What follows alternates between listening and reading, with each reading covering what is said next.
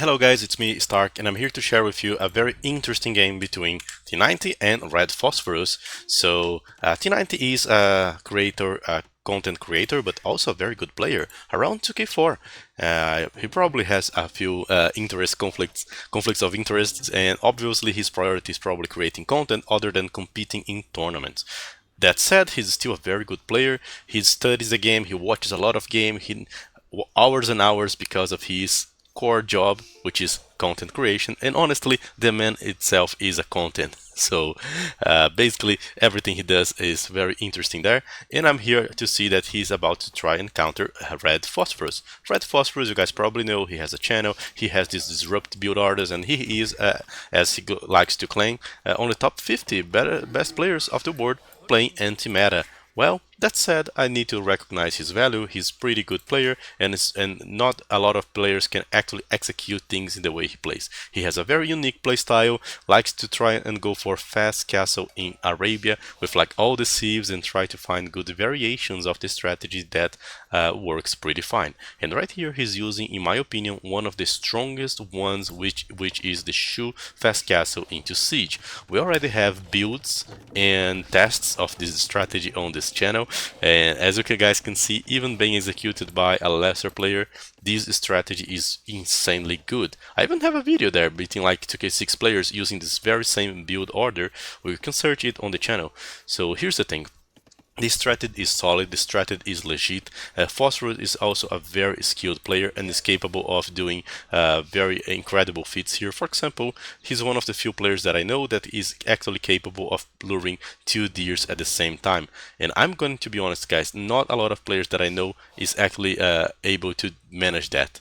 This is such a feat. A small one, but honestly, it totally makes sense for a guy trying to go for a fast castle. So this is basically a chicken map, but he did lure here the neutral deers while and just leave the chicken for later, allowing himself to go for a very solid up. That's the build: 15 guys on foot, 5 on the wood, and then he will just make market blacksmith and click up to the next age. As Phosphor likes to play, he actually walls part of the map, but not it entirely. I'll be very honest, with such a map with this wood line and a gold behind, I would totally consider, instead of going for the small walls, to actually go for extra palisades on the sides. But anyway, that's not up for me to decide. T90 is going archer, so he's about to counter Phosphorus, so he's trying to play meta. He's playing as Khmer, so he didn't need to invest, guys, into here into a barracks, and he's just trying to find some spots to try and punish Phosphorus. Having a small feudal-age army like those archers actually makes sure that he'll be able to either punish Phosphorus or at least cause some risk if Phosphorus tries to go forward and place like forward siege workshops. So one of the things from the Phosphorus build is that if the guy just goes for the fast castle, he just goes forward and places like 2 siege workshops in the face of his opponent, which is quite powerful. But by going a few archers, T90 is actually denying that for Phosphorus. As you can see, Phosphorus is about to go to the next stage. He's still clueless about T90's approach. He comes here to wall. Honestly, the only mistake that I see here is that he's actually trying to wall with a few villagers and making houses instead of a palisade, which I consider to be a mistake to some extent here. With palisades here, he could have been fully walled and he wouldn't be losing this. And now, as you can see, T90 is already making here a transition into stables. Yes, guys, he's making a transition into stables. If you take a look on his resources, he could in some time click to the castle age, but that's not his plan. As Khmer, he did upgrade all the buildings, and his plan here is to play with scouts.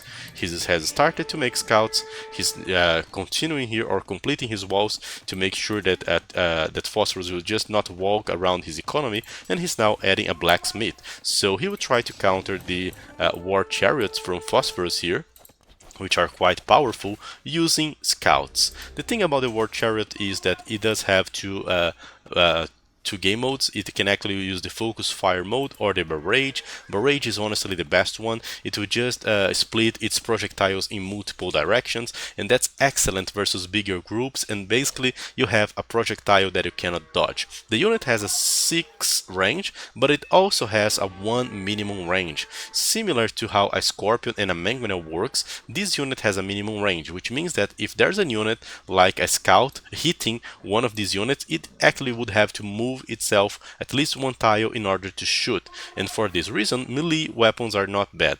By the way, this War Chariot unit actually dies to one Mangonel shot, but if you try to counter that with Mangonel, well, the Shu can already make its own Mangonels, which also move faster, and you just get into a Mangonel war against a civilization that has a good economy and a Mangonel bonus, so that's exactly what you want to avoid. In order to play disruptively here, T90 is now upgrading his scouts, with both bloodlines to increase their HP and forging to increase its attack. He already upgraded the armor for the archers, and Phosphorus is probably underestimating a bit the number of scouts that T90 is making. Honestly, if I was Phosphorus, I would actually go for double siege workshop here and try to mass at least 6 of these wagons, and this is probably the biggest mistake of the game. He is underestimating T90. He even sent forward a few villagers, probably thinking that T90 would stop and try to go to the castle age, and because of this, T90 is now sniping both villagers and also the wagons. As you can see, both villagers and scouts can work together to bring down the wagons by basically outnumbering them.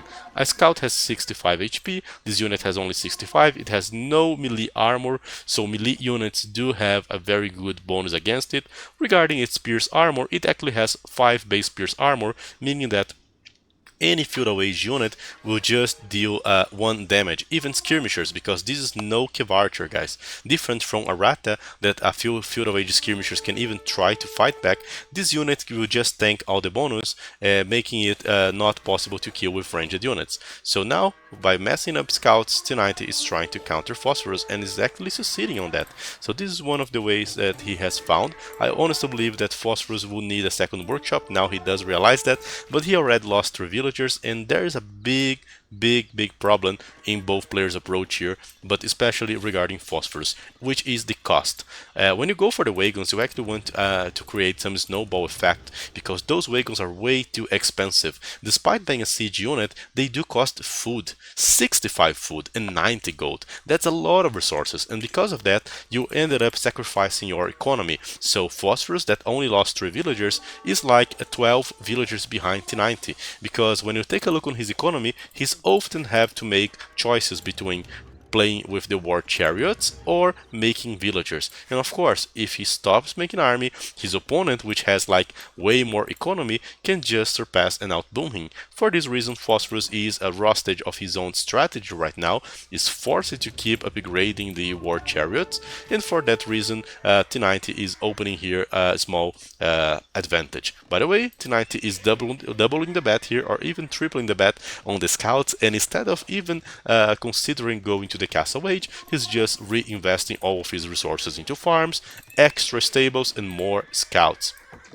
And here, guys, I'm about to talk. I'm going to talk about the problem. As you can see, some of these scouts were already involved into fights, so they are to some extent with a very low HP, which means that these chariots could actually have a great success if they do fight against these scouts. The scouts cannot even get into a 6 range without getting shot here by the wagons and the chariots, and while they are doing that, T90 is actually losing ground, losing farms, so he will basically try to go for a different strategy, which is basically trying to get the backline.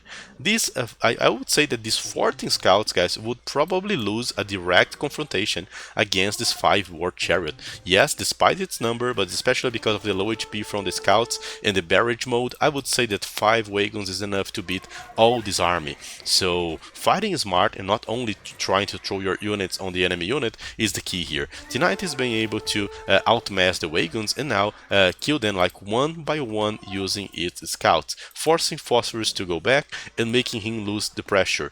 Losing pressure allows T90 to keep booming, and now he's just increasing the villager difference.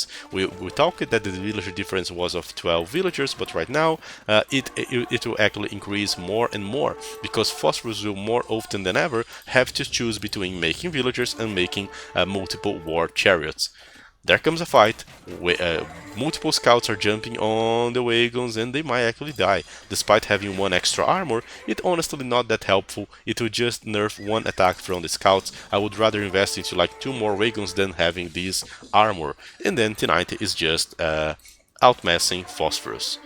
Once Phosphorus loses its ground and loses its pressure, it basically means that he is way behind on the economy because of the choices he have to make, and T90 is still with his economy going on. It's very uncommon to see players trying to go like full feudal age, multiple scouts, but having the patience to allow his opponent to do the mistakes and use the mobility instead.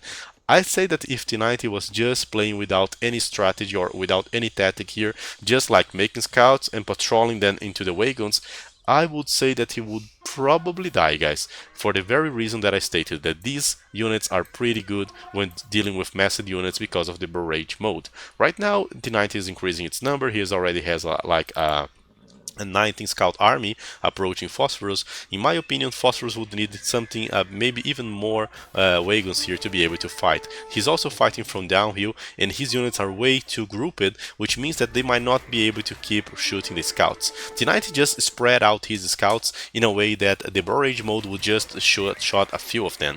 So right now, fighting here on a plane, the scouts actually can use their superior speed to get a good trade. But even guys, even this good trade is not that good, right? T90 just lost like all his army in order to take down like 3 wagons. So even fighting this wagon here on a suitable scenario doesn't look so good, and the game will continue for a bit longer. Right now, as you can see, T90 is already about to invest into his 50 stable, while also upgrading horse collar wheelbarrow to increase the efficiency of his farmers. Let's see how he's gonna deal with that. He's just going back, just waiting for Phosphorus. Phosphorus goes inside. Phosphorus is now starting to take down his economy. Will he actually be able to do that or not? I don't know. And he's actually going for the reinforcements. Instead of going for a direct fight, he did engage into a fight against the reinforcements. Now he's jumping on the wagons. Once the wagons can shoot, they will actually kill multiple scouts, so you cannot stop your scout flow, because the KD here look atrocious. Phosphorus has a 2-to-1 proportion on the KD. He has killed 65 units, lost only 37, so he actually needs to kill at least 2 scouts per wagon to make them profitable. But once things starts to fall down, T90 even starts to say, hey, gold please, like, does Phosphorus have enough gold? Will he have to walk around and go for the extras? So he's probably harassing the guy, bullying the guy, knowing that he's way ahead. I don't know for how long he'll be able to keep here this pressure, because T90 is not only countering his approach, but also reinforcing his defenses there, making it a very annoying scenario for Phosphorus. Attacking from 2 different sides is also a very good idea versus the wagons, because they are actually gonna have to split their projectiles, focusing on a few scouts and allowing the other group to approach. So flanking these war chariots and countering them with raw numbers seems to be one of the ways of dealing with them. Of course, you do need like a very good farming sieve like the Khmer, with some very good bonus that allow you to do so. And even doing that, it doesn't look like a clean fight here. It actually looks pretty good here for T90, but that's it, guys. And Phosphorus even assumed that, well, bad approach on my part, and asks him for a rematch. Spoiler, I think that the rematch did not happen, and honestly, if I had to bet what Phosphorus actually needed to do here, was already opening here with double siege workshop at home to have at least 5 to 6 massive war chariot to fight against the Khmer. He was probably saving up resources to go for a forward approach there with the wagons, with another siege workshop, but that backfired because on the first engages he didn't had enough. If he already started with like 6 or 7 of these units, would T90 have enough time to mass all these units and then try to get fights in the center of the map, or would he be actually being pressured on his walls? Well, I guess we'll never know.